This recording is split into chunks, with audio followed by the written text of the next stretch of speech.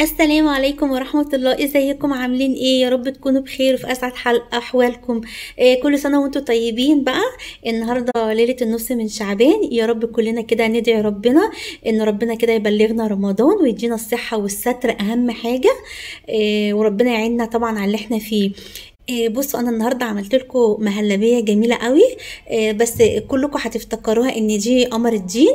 لا، هي مش قمر الدين خالص. انا السنه اللي فاتت عملت لكم مهلبيه قمر الدين طبيعي، يعني بمشمش طبيعي. كان اواني المشمش وانا جبته طبيعي وعملته. وبرضه عملنا مع بعض اللفات بتاعت القمر الدين المحفوظه دي. طبعا اللفه دلوقتي غليت جدا يعني. مش محصله اللفه نص كيلو 400 جرام بس. وطبعا غاليه جدا ب90 جنيه. و... وما فيش مش اوان مش ده، فانا عملته بطريقه تانية خالص. تعالى،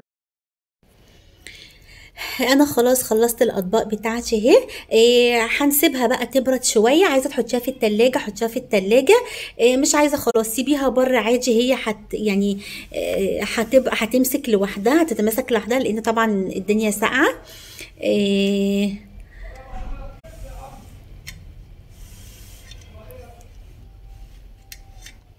لما تبرد بقى ان شاء الله كده هناكلوها كده مع بعض واوريكم السمك بتاعها بقى.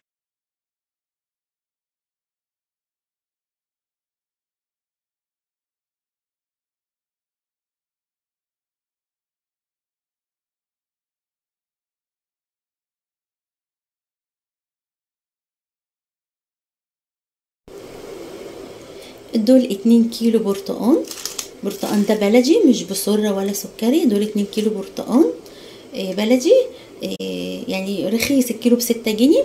انا غسلته وحطيته كده. هنقشروه بقى وهنضربوه هنعصروه يعني. حطينا هنا شويه برتقان وكوبايه ميه وضربته كده في الشفشه. انت عايزه مثلا تقسمي البرتقانه 2 وتعصريه بالعصاره اليدوي دي، اعمليه براحتك. لكن انا يعني اسهل حاجه انك انت بتحطيه في شفشه الخلاط، بتقشريه كويس وتطلعي منه البذر وتحطيه في شفشه الخلاط. ده كده لون اورنج. الازازه دي آه، بعمل منها الحلويات بتاعتي. دي مش غالية، دي ب15 جنيه. ده لون كده جيل صناعي بس حلو قوي. اللون الاورنج ده بيخلي المهلبية دي او البرتقان، عصير البرتقان بيخليه حلو، لان لما بتضربيه في الخلاط بيبيض شوية كده وبيديكي اللون الفاتح الاصفر لشكل الليمون، بيبقى لونه اصفر. لا، احنا عايزينه لون اورنج زي البرتقان. انت بتحطي له بس نقطتين من دول، بتحطيه في الخلاط هنا كده وبتضربيه. هنحطه بس كده اهو نقطتين كده بس كده. هنضربوه بقى تاني في الخلاط، هيديكي لون جميل. هتشوفي لون. شايفين الفرق؟ لونه بقى اورنج غامق اهو، بقى جميل قوي. احلى من اللون اللي هو بيديكي اللون الاصفر ده، كانك عامله ليمون وشكله حلو.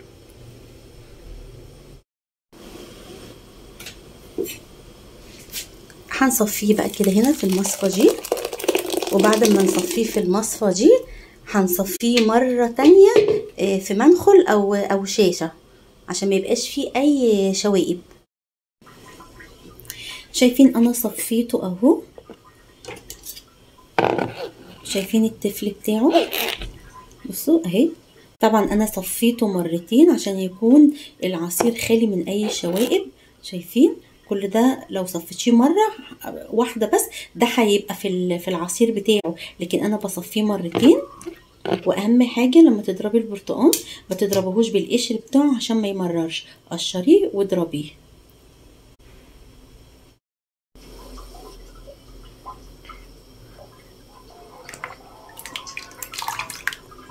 شايفين ناعم وجميل ازاي؟ ما فيهوش اي شوائب.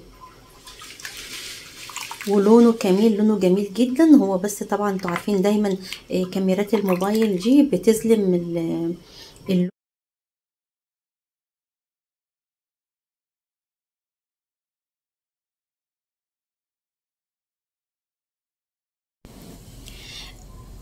ده الجزر. انا غسلته وقطعته وحطيت له كوبايه ميه وشويه سكر وحطيته يغلو على النار. اول ما يغلي على النار بقى هنضربوه برضو في الخلاط لما يبرد شويه ونصفيه كويس وهوريهولكوا في الاخر. طبعا هو البرتقال عشان بلدي حادق لكن مش مزز، فاحنا عشان نديله المزازه بتاعت المشمش بقى والقمر الدين وكده بنجيبه ليمونه ونعصروها بس كده. ما تحطيش التفل، ليمونه واحده بس كده.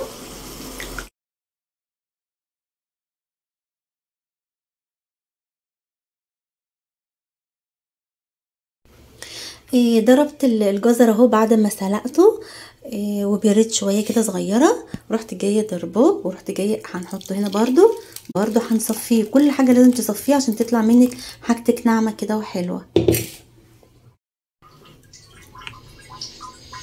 الجزر اهو بصوا تقيل وجميل ولونه حلو، لونه اورنج كده جميل. لما هو يعني اتسلق كمان اغمق شويه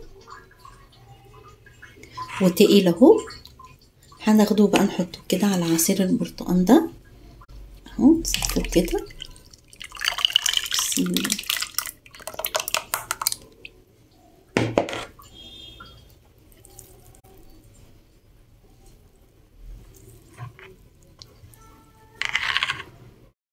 كده العصير جاهز ان احنا هنحطه في حله ألمونيا وهنطبخه على النار. بس انا قبليها اخدت منه حبه اهو، يعني زي نص كوبايه كده، وهحط له معلقتين نشا كده كبار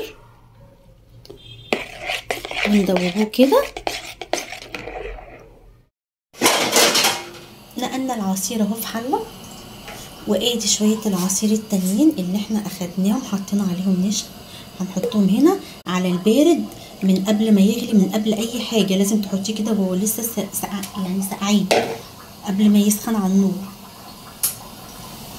وهتفضلي بقى كل شويه كده تقلبيه. هتعلي النار الاول على بال ما يغلي، وبعد كده هتوطيه شويه وتخليه على نار هاديه كده عشان يستوي براحته. بس اهم حاجه ما تتوقفيش خالص عن التقليب علشان ما يكلكعش منك ويبقى فيه تكتلات وتتضايقي منه وانت بتاكليه.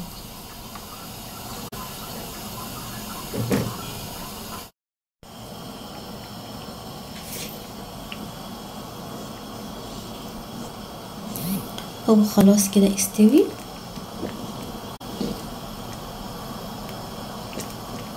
انتوا طبعا شايفينه كأنه بتفكروا ان هو خفيف، هو مش خفيف، هو طبعا عشان هو لسه كده على النار. انا مبحبش اكتر له نشا قوي بصراحه، وهو بيمسك وبيبقى حاد. هنطفي عليه بقى ونغرفه في اطباق ونشوفه مع بعض.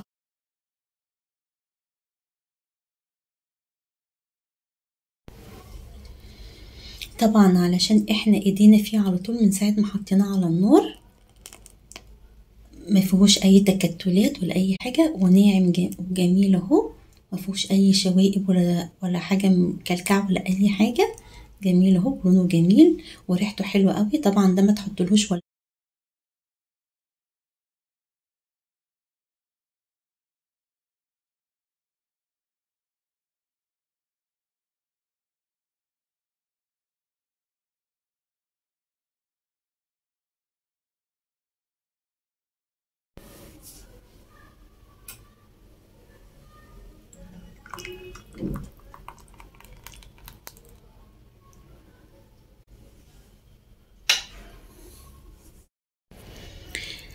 انا خلاص خلصت الاطباق بتاعتي اهي. هنسيبها بقى تبرد شويه. عايزه تحطيها في التلاجة حطيها في التلاجة، مش عايزه خلاص سيبيها بره عادي. هي يعني هتبقى هتمسك لوحدها، هتتمسك لوحدها لان طبعا الدنيا ساقعه. آه،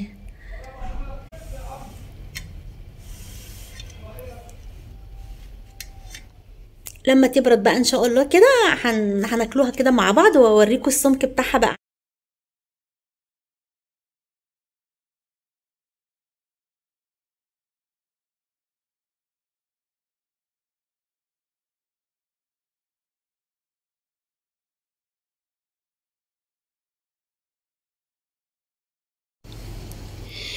المهلبية بتاعتنا اهي خلاص، هي كده بردت كده واتمسكت كده وبقت حلوة. بسم الله.